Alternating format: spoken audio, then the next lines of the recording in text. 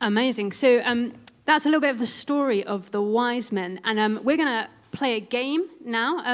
The wise men brought precious gifts to Jesus, right? Gold, frankincense, and myrrh. So I'm wondering whether you're willing to give me some precious gifts this morning. So I need a volunteer from each side. Jim, I don't know if you would like some precious gifts as well. I'd love some. Great. So I need a volunteer from each side. Is there anyone on my side that would like to volunteer? Not very eager. Michael, Phoebe, come on, Phoebe. I nearly picked on you, Michael, you peanut and toast. Have you got a volunteer? Someone on this side who'd like to do a bit of running around. Thank you, Desi. So I'm going to name something that we would like to receive. And as a team, you've got to work out the best thing to bring. So it's not just about speed. It's about deciding what you think is the best thing to bring. And then you come forward and we'll compare what we've got and how quickly you've come and decide which gift we'd like to keep. Okay? We won't actually keep them, just... Okay, so the first thing that I would like you to bring me is something gold. Something gold from your side. Something gold from your side. Oh. So, have you got anything gold? Anything gold on the side? Family heirlooms, that kind of jewellery. Any nice jewellery? Precious gold. Oh, okay. So I got a lovely gold wedding ring, presumably. Very nice. We've got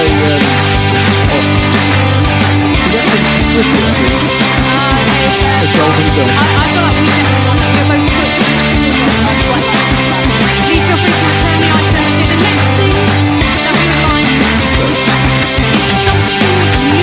It's the newest thing on this side of the room. Something new. Okay, what have we got that's new? Okay, we've got this new. Okay, Phoebe's going it alone on this side. Oh, here we go. We've got this new. Nice. Okay. Okay, I've got two new things. Phoebe got new shoes yesterday and an iPhone. Okay, and I think that's very materialistic. We've got a new notes kind of journal diary where people can journal their prayer times with God. Just asking, if you wanted to receive something new, would you like an iPhone and trainers or a notepad?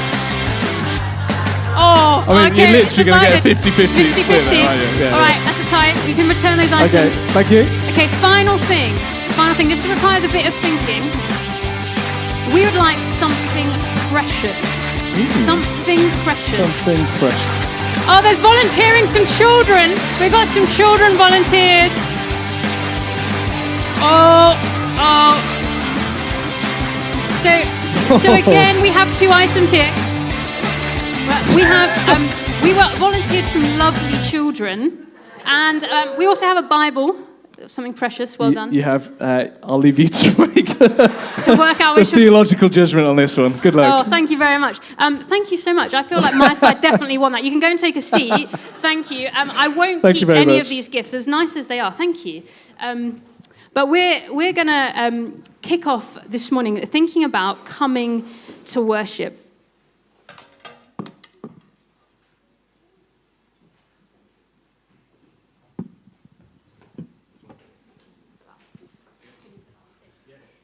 Sorry, I just need to move some things around.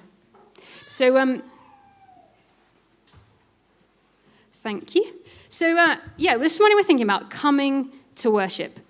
So when Jesus was born, absolutely everything changed. His birth marks a moment in history where God said, I am here to be found. My love is here. You don't have to search for me anymore. I'm here and I'm for you. And he poured out his love because he gave us his son so that we can be made right with God, a God that's holy and does things right. Even though we get stuff wrong, Jesus is the gift that God gives so that we can be made right with him. Everything has changed. And when we encounter his love, everything changes. And our worship overflows from that knowledge because we've gained everything that we don't deserve. So I wanted to share with you a moment that stands out for me of like one of the worship highlights of my adult life. It was February 2016. I'm living in Leicester at the time, just an hour down the road from here. The local football team are miraculously top of the Premier League, despite nearly being relegated the season before. And on this particular day, I'm wearing my Norwich shirt because they are playing the mighty Norwich City. I'm at the King Power Stadium where Leicester play. I'm sat in the home end, unfortunately, so I have zipped up my top ever so slightly, not to give away my colours. And for 89 minutes, the score is 0-0. And then in the 89th minute, something shifted, something changed. Leicester scored. And the almighty roar that erupted is like nothing I've ever heard before. It was extending their lead at the top of the Premier League, which they went on to win at the end of the season. And I found myself, despite being a Norwich fan, swept up in the celebration at the home end. It was insane. There was shouting, chants, clapping, cheering, hugs. I couldn't help but join in. The eruption of noise and the movement in that moment, it actually measured as a minor earthquake on a nearby seismometer. Like, that's how much Leicester fans really loved that 89th minute winner. You see, as human beings, we're wired to worship, to give glory and praise to something or to someone. And if we're not coming to worship Jesus, we're coming to worship something or someone else. And as we journey through life, part of our calling as followers of Jesus is to be people who have come to worship the King of Kings. So I want to speak this morning on what we can learn from the wise men about carrying and offering our best as we come to worship. So I wondered, turn to the person next to you, what's the best road trip you've ever been on, or the best journey that you've ever taken? You've got like 30 seconds. What's the best road trip you've been on, or the best journey you've ever taken?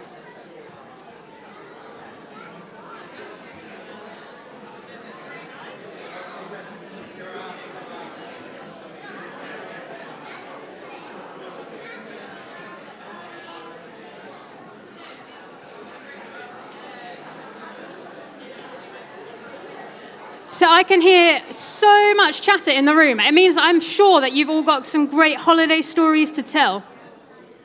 And Ben and I have been on a few road trips over the last 12 years, and we've seen some really beautiful places.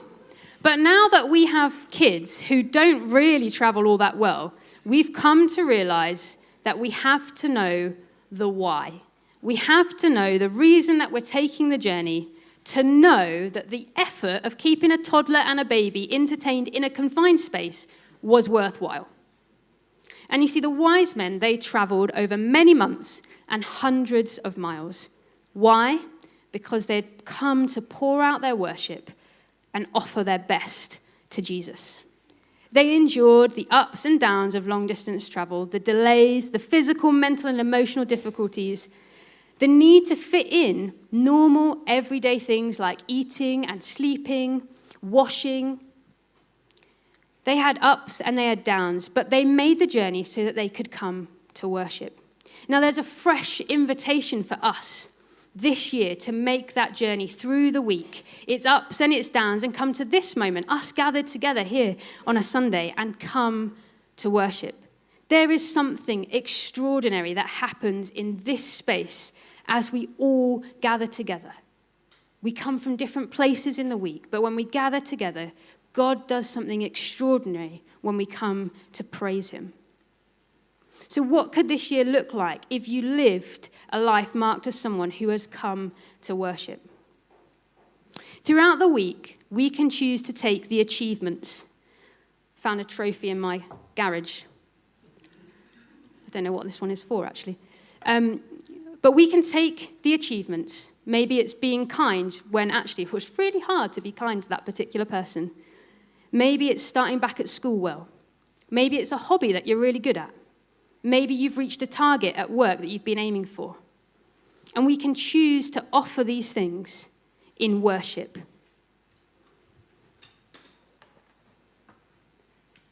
The invitation extends, oh dear, put that in my bag a bit better. The invitation extends to the difficult things that weigh us down, like poor health or tricky friendships. And we can bring those things, sometimes through tears and sometimes through uncertainty, and offer our worship to God despite them, despite our circumstances and in all circumstances. You see, our weeks are full of everyday things. Let me just find some everyday things in here. So we have to brush our teeth, right? We have to look vaguely presentable in the morning. You might have a shower. There's everyday things that we enjoy doing too. Like maybe we have sports that we enjoy doing, hobbies that we have, games that we like playing. And then there are things that we don't like. Here's a big thing I don't like: laundry. You see, all these everyday things we can use to worship God. We can worship him in the normal everyday tasks by serving our families well and our friends, honoring those around us, seeking to bring peace, offering to God the things we're good at and the things that we find hard. And you see, when we do that, it's like the currency of worship. Offering to God those little moments throughout the week, they become like a precious and great treasure. We can worship him both in the moment,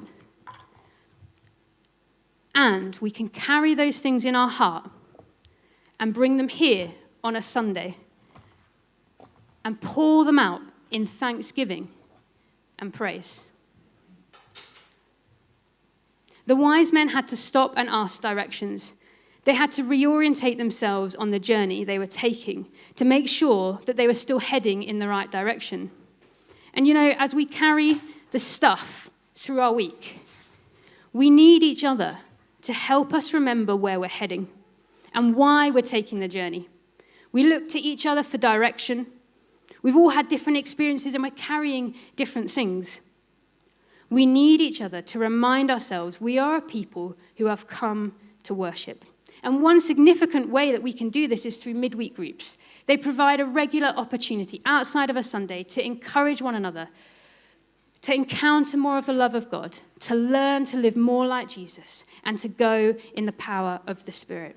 And there are a variety of groups available for every age and stage. There's something for everyone. And we'd love to encourage everyone here and online to sign up. There's an opportunity this term to learn how to walk together, to learn how to be a people who have come to worship, encouraging one another to do that. And so if you're here in the building, you can easily do that. Before you leave today, there's a team of people at the back who would love to help you sign up. You can go to our website, to the midweek group side, section of our website, or you can scan the QR code at the map at the back, and that will help you to do that on your own phone. But there's an invitation to walk alongside one another, to make sure that we're encouraging each other, that we're heading in the right direction, to help each other keep going. Some weeks we'll need each other to carry us to come and worship, and other weeks we might be leading the way. The wise men were carrying with them throughout the journey precious gifts fit for a king. They could have offered the gifts in worship in other ways, but they chose to come and worship Jesus, and only placing them at his feet, only putting those gifts at his feet would satisfy. So I wonder, what precious gifts do you have to offer?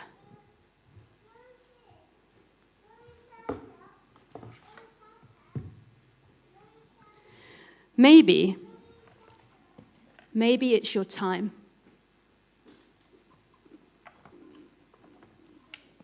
If I can find the clock that's in my bag.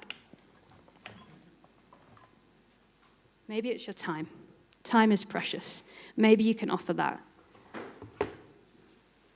Maybe it's your finances. Maybe you've already offered them to God. But maybe he wants to stretch you a little bit more. Maybe it's the way that you're living your life. Maybe you want to offer to God the ways that you want to live for him this year. Or maybe you want to offer to him in worship the trust you want to place in him for the things that are most precious to you, no matter how hard that might be. And you know what? We can choose, if we want to hold on to those things. Do you know what? I quite like the praise I get for my achievements. I think sometimes I know best how to look after the things that are most precious to me. And you know what? Sometimes I like to muddle through the things that are difficult to sort it out for myself. Or we can learn from the wise men we can make a journey as people called to worship. And we can pour out our thanksgiving. We can save it up in our hearts. And as we come on a Sunday, we can offer it as a precious gift to Jesus. Because nothing else will satisfy. Because God is indeed worthy of our worship. And a love like his deserves everything that we can give. Amen.